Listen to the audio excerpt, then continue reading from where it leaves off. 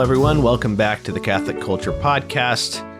Today, I'm happy to be talking about the saints with a new book from TAN, Unbreakable, Saints Who Inspired Saints to Moral Courage. It's a great concept about saints being influenced by other saints, the importance of the stories of the saints in the lives of children, especially. And the book is largely aimed towards parents to help them make the saints a part of their children's lives. The author, Kimberly Begg, is here with me today, so I'm really happy to have her on. Welcome, Kimberly. Hi, Thomas. Thank you so much for having me on. I'm thrilled to be here. You said this is your first podcast? It is. All right. Yes. Nice. The book comes out July 25th, and I just started doing interviews yesterday, and can't tell you how happy I am to be here on this podcast with you. Great. Well, it's such a great idea for a book. I mean, you could easily see it becoming a series. You could easily see it'd be easy to conceptualize sequels to this book because I'm sure there's many different stories that you could tell. But why don't you explain the structure of the book? Sure. Well, let's see. When I first set out to write the book, the inspiration for the book was Blessed Jerzy Popiełuszko. He was the very courageous Polish martyr. He was a priest. He was the chaplain for Solidarity. And even though he knew that his life was in danger, he kept giving these wonderful homilies. He kept giving these masses for the fatherland. Sometimes 20,000 people would show up to these masses. Some of them not even Catholic. They just came to hear a truth teller speak the truth about the evils of communism. And his supporters would record his homilies, and they would send it out on Radio Free Europe, and they would publish it in newspapers throughout Poland, throughout the Eastern Bloc, and throughout the world. And of course, he was a threat to the communists in Poland. He knew that his life was in danger. His friends had advised him to seek safety at the Vatican, but he refused to. He thought that this was what God was calling him to do. And so he continued to speak out.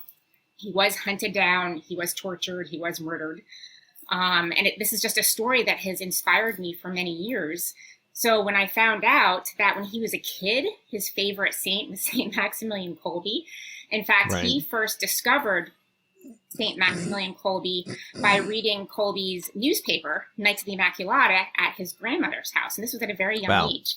Well, because St. Maximilian probably wasn't canonized yet at this point, I would imagine. No, he was not. And actually, he was heartbroken because he wanted to go to the canonization mass, but he was refused permission by the communists in Poland. So he was not able to attend. But he was this lifelong hero of his. So he first discovered St. Maximilian Kolbe just as a very young child. And then as a teenager, he still loved St. Maximilian Kolbe and continued to read stories about him. But that's also when he discovered then Cardinal Stefan Wyszyński. He was the primate of Poland. He's now Blessed Stefan Wyszyński, but he discovered his sermons as a teenager at this wonderful, very faithfully Catholic school that somehow was able to exist, even though the communists had taken over all education and made it very communist, very atheistic, and also very mandatory. But this school somehow had managed to exist, and that is when Jerzy discovered these wonderful sermons by then Cardinal Wyszyński.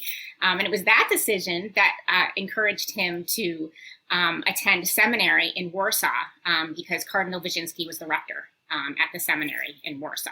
So when I started realizing just all these amazing inspirations and most likely intercession by St. Maximilian Kolbe in Blessed Jerzy Popiełuszko's life, it just occurred to me that there must be other wonderful, amazing, fascinating stories like this. And I originally had a table of contents of 12 saints and the saints who inspired them. But I'll tell you, I just went from one saint to the next. And it really felt like the saints were calling me to write about them next. And as it turned out, the last saint that I wrote about, Saint Joan of Arc, is actually the first chapter in the book. And since you've read the book, you realize that there's this wonderful progression in the book that I believe was St. Joan's intent. Because we really start with the first battle between good and evil, because St. Michael the Archangel was a huge inspiration and intercessor for St. Joan of Arc. Right, right. So yeah, you've got these stories sort of nested within the stories of the main saints. So it's Saint Joan of Arc. Who was the second one? The Mexican saint. I'm forgetting his name. Saint José Sánchez del Rio. Yeah, he was the one who was totally new to me reading this book. Of course, I've heard of Miguel Pro and some of the other people from that era, but yeah. So you tell sorry, Saint Joan of Arc, Saint José Sánchez del Rio, and then Blessed Saint Blessed Jerzy, Jerzy and then Mother Teresa. Yes. And so in each of them, you've got nested within that chapter, at the appropriate moment, perhaps when they discovered that saint or when their saint was crucial on their life or some kind of historical context, it's important to bring them in. Then you tell the story in a slightly briefer form. You tell the story of that saint that influenced them. For each of these main saints in the book, there's 2 or 3 other saints that are brought in. Yes. So for Saint Jose, it's Our Lady of Guadalupe, Saint Juan Diego, and who else? Blessed Anacleto. Yep. Right? González Flores. Yes. He was a cristero. He did not fight alongside the soldiers, but his very, very critical contributions were actually very similar to Blessed Jerzy Popiełuszko's contributions, because he was this dynamic, passionate speaker who loved Christ. And in fact, Blessed Anacleto González Flores had a very, very strong devotion to the Blessed Sacrament, which I think is just fascinating, because you look at Saint José's life, he also had this very, very strong devotion to the Blessed Sacrament. So when he first joined the Cristeros, he was only 14 years old. He had to get his parents' permission. And of course, they were worried about him. They wanted him home, but they also understood that this was very important to him. And they understood that it was very important for Mexico, that he feel like he should be a part of the effort. So he left home at 14 years old, was not able to join the first camp because the general said, no, you're too young, go home. But he persisted, and he went to a camp that was further away, and he was accepted to do tasks around camp, getting water, getting food, making coffee. But what was remarkable is at 14 years old, he had such a love for Christ, and such a beautiful humility that he was not self-conscious. During Mass, he would receive the Eucharist so reverently on his knees, and it just touched the other soldiers so much that they gave him the nickname of Tarcisius. And I admit that this was a new saint to me. I had never heard of Saint Tarcisius. He was an early Christian. He was 12 years old, also had a great love for Christ, really present in the Blessed Sacrament. And he volunteered to take the Eucharist to Christian prisoners and to others who could not attend Mass. Was discovered as a Christian along the way and was murdered, but holding on to the pouch, holding the Eucharist. And they just admired little Saint Jose so much that they called him Tarcisius. Yeah, well, that's interesting. I mean, we were talking before we started about how I attended the same elementary school that some of your kids attend now in Virginia. And I learned about St. Tarcisius at that elementary school, and always remembered his story, even though for long periods of time I actually couldn't remember his name. But I always remember that story about the death of St. Tarcisius, this Eucharistic martyr, and it kind of stuck with me. I sort of in my early childhood learning about that. So yeah, no, a lot of great stuff.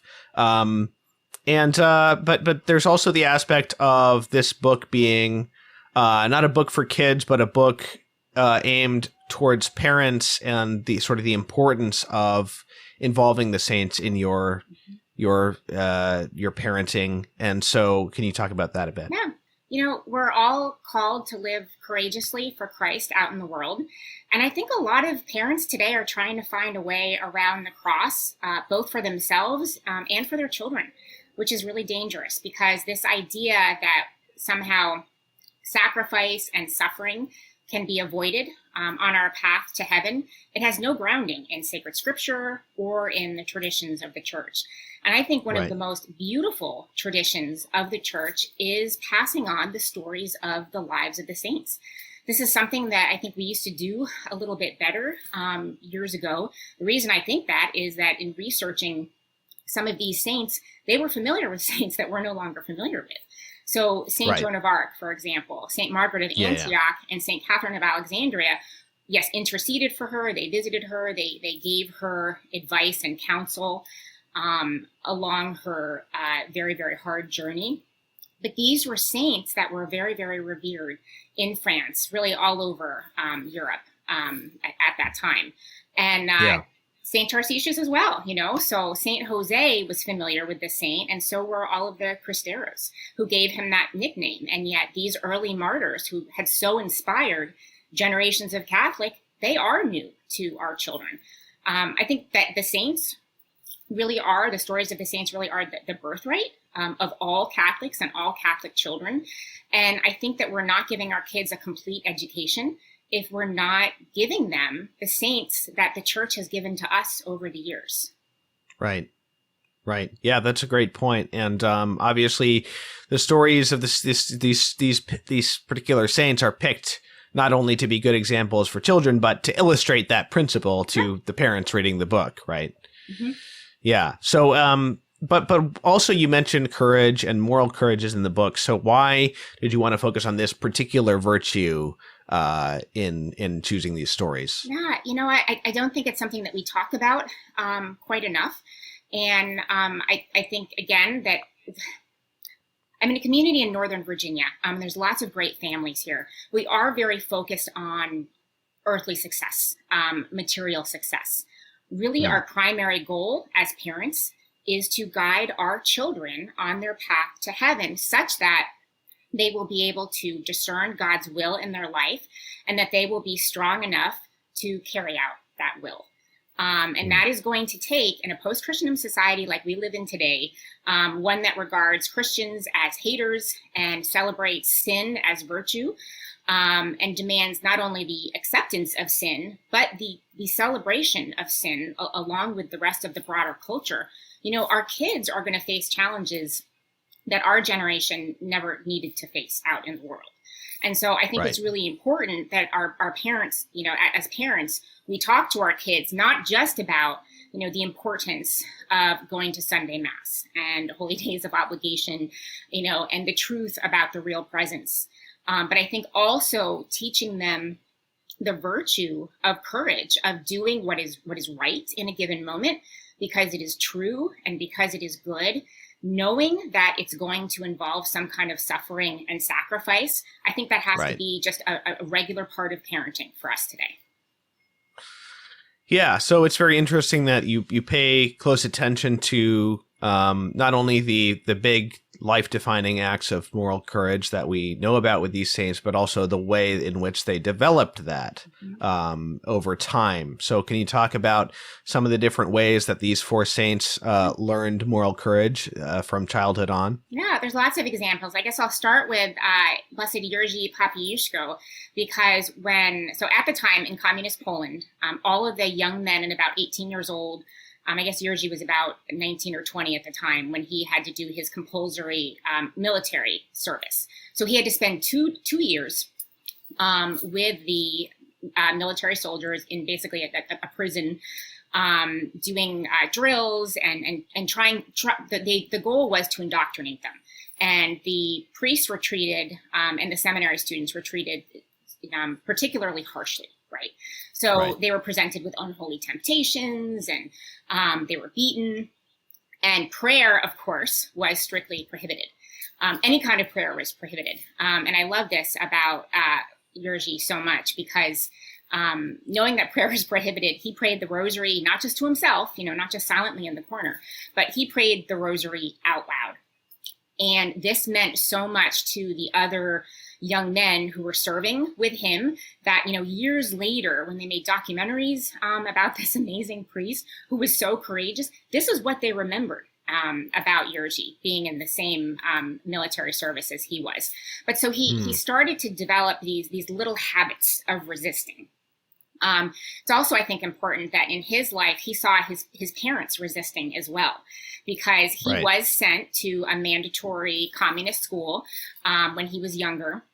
Later on, he went to a faithfully Catholic school. But when he was younger, his mom was called in to speak to the teacher. And she was a little bit confused because, Jerzy was a good kid. He was a good student and didn't really understand why she was being called in. And the teacher just told her, look, your son is going to be marked down because he's too religious. He has to stop with this daily mass. He was an altar boy at mass. He was serving daily mass. He left his house really early in the morning so that he could get to mass to serve before going to school every day. And she said he's going to be marked down. And his mom, instead of saying, oh, no, I don't want my son to be marked down, said, no, we have freedom of religion in Poland, because that had always been a very strong tradition in Poland. So said, no, we have freedom of religion here. And no, my son is not going to hide his faith. And so I think that was an important example that as parents today, we should really recognize was important in shaping young Jerzy.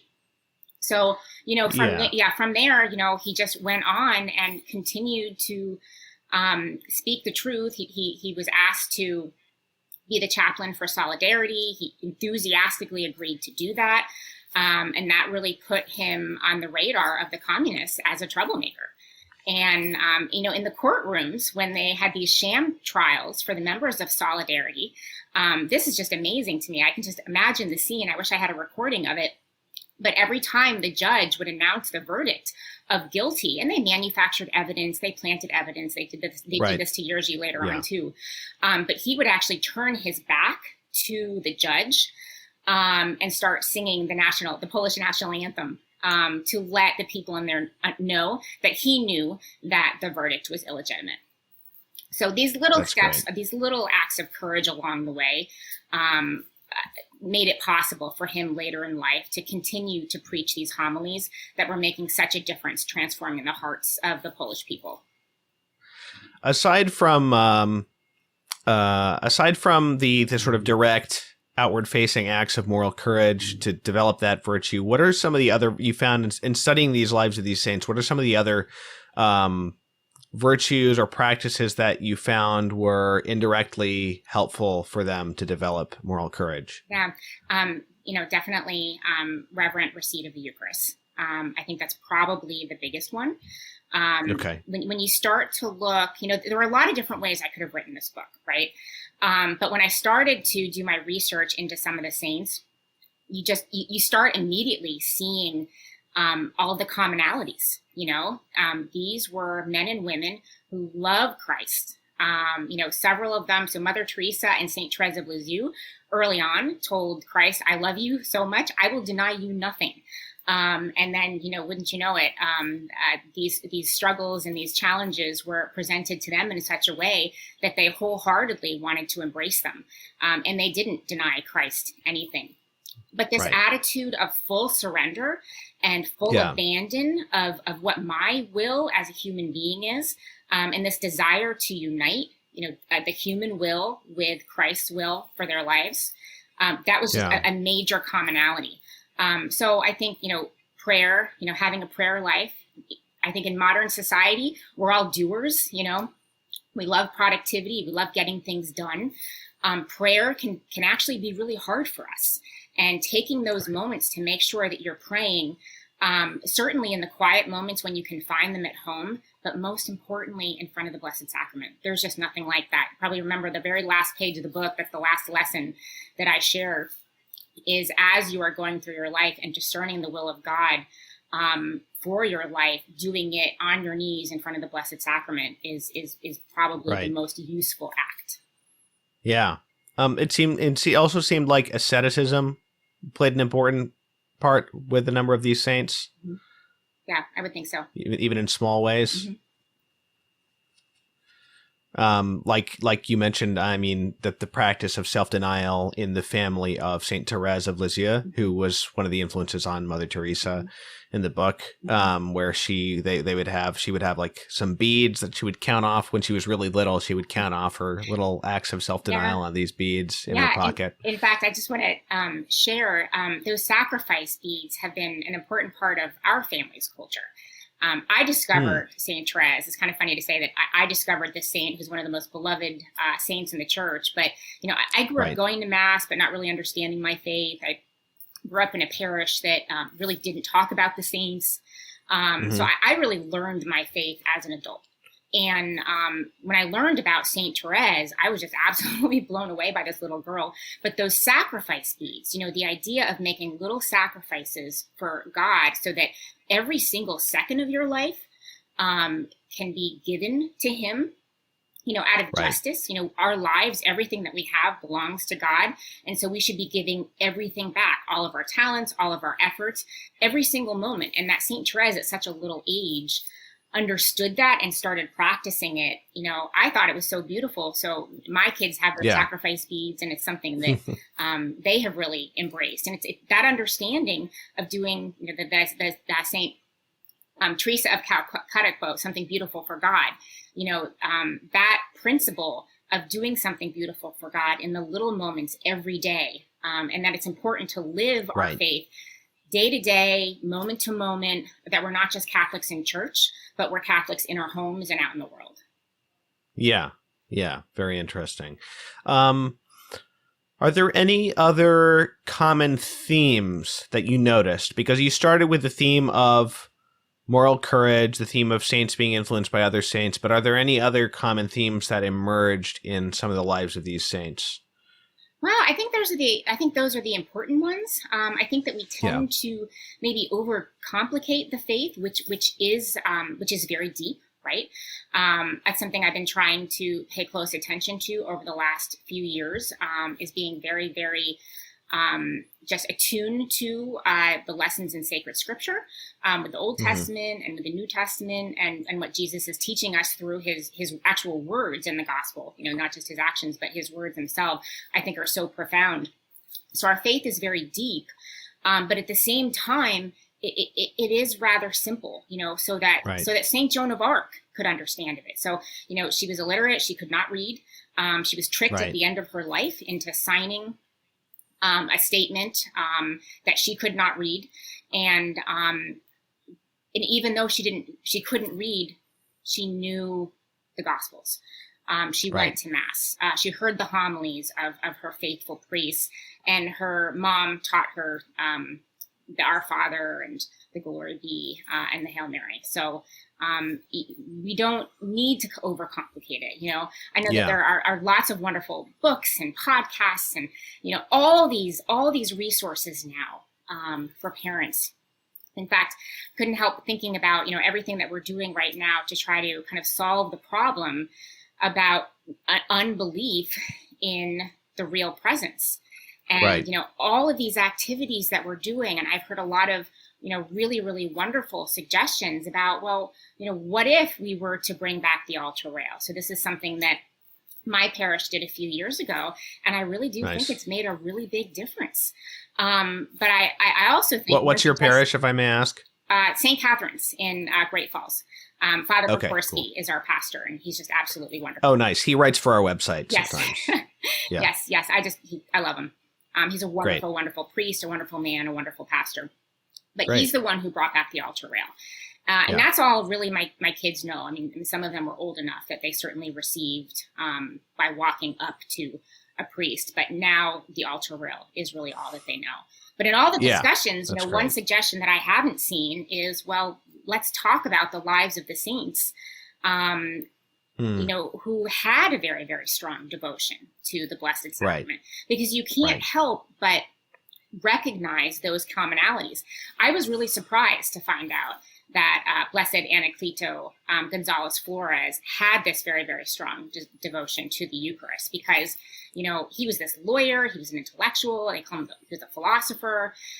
He was an organizer, he organized boycotts and he wrote pamphlets. He was an activist. He founded organizations. And you think about him as a doer, right? Yeah. But the reason he was a doer is because he had this relationship with Christ. And because he understood the truth of the real presence and the beauty of the real presence. So I just think those stories have gotten lost over the years.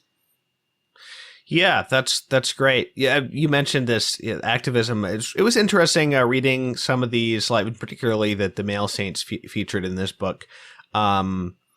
Activism in our culture is so like debased and degraded, and seems often like frivolous at best, just like complaining and kind of seeking attention and things like that, that it kind of like the idea of it, or sort of like organizing all these different things. But these are important things if used correctly, and especially in a place like, communist Poland, obviously, were very important, and communist run or whatever the atheist regime in Mexico was in the early 20th century.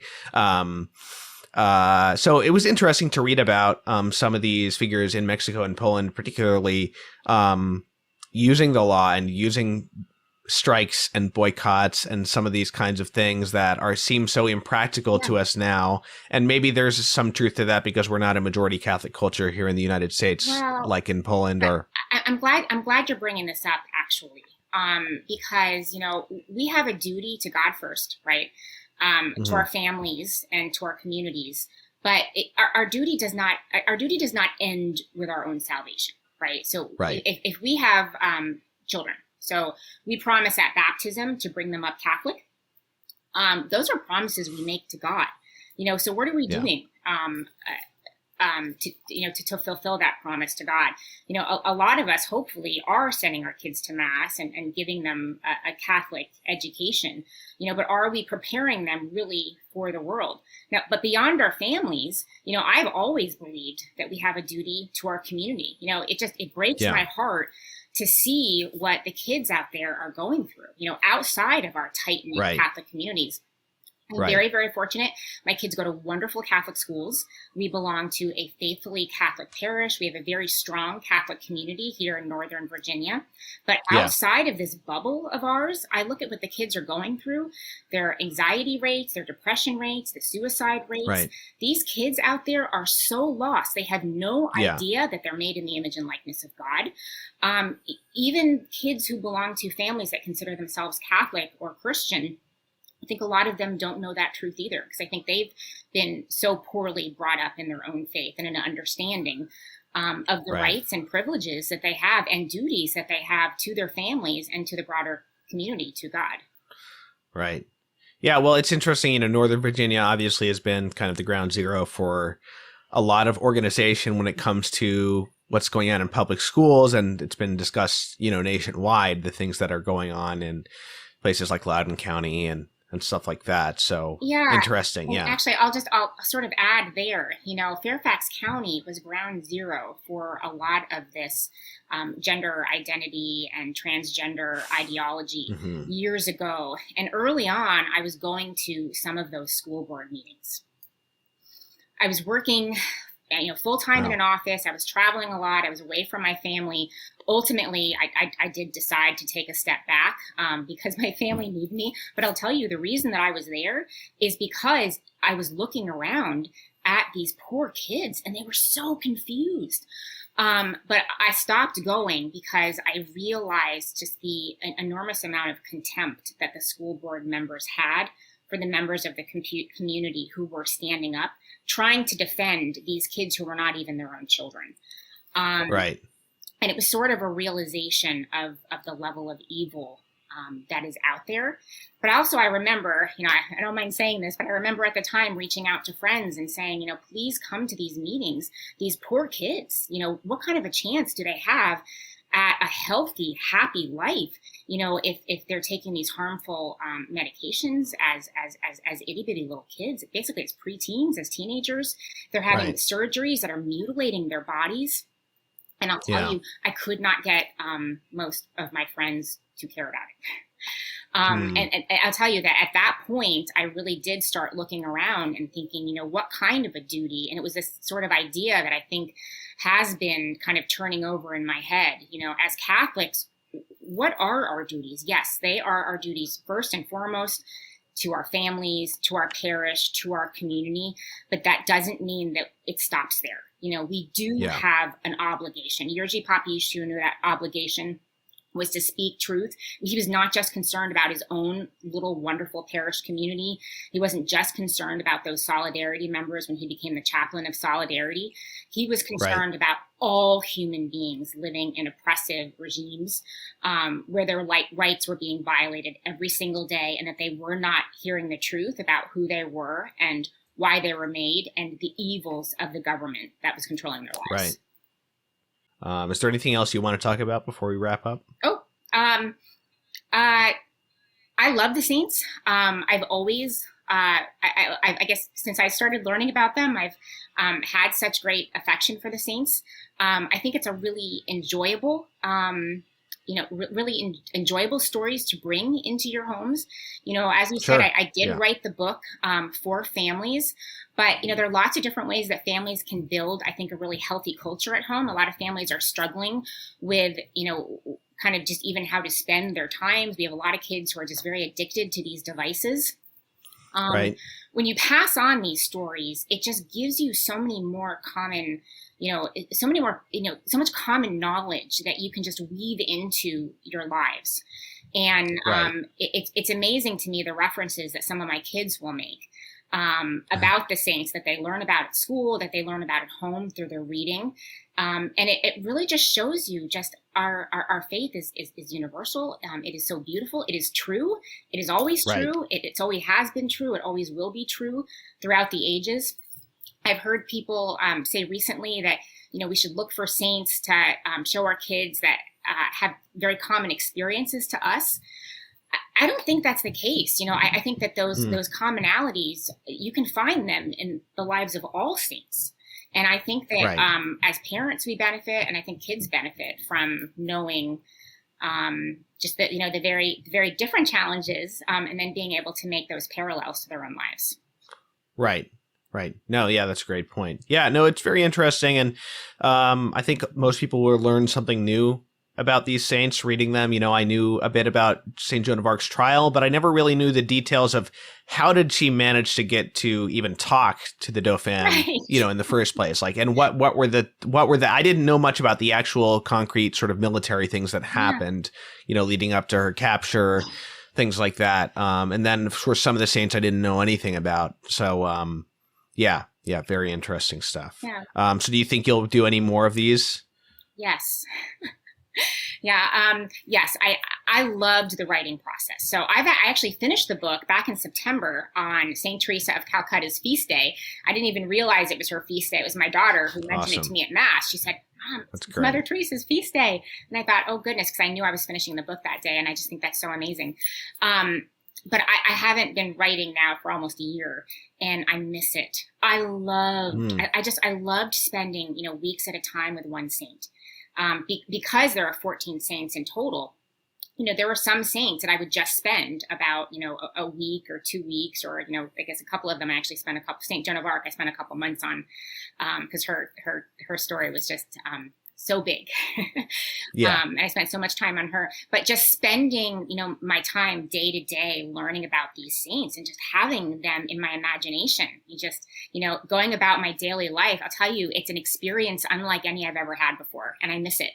I actually wrote almost the entire chapter of St. Joan of Arc at the pool last summer.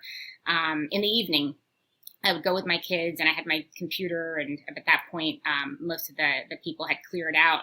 And I just loved it. I had my books there, and I just was thinking about her and meditating on her life. And it was just one of the neatest things I've had the opportunity to do. And I think I'll do more of it. Awesome. Well, the book is, again, Unbreakable, Saints Who Inspired Saints to Moral Courage. You can pre-order that now, and I'll put the link in the show notes for this episode. Kimberly, thank you very much for coming on. All right. Thank you, Thomas. I appreciate it.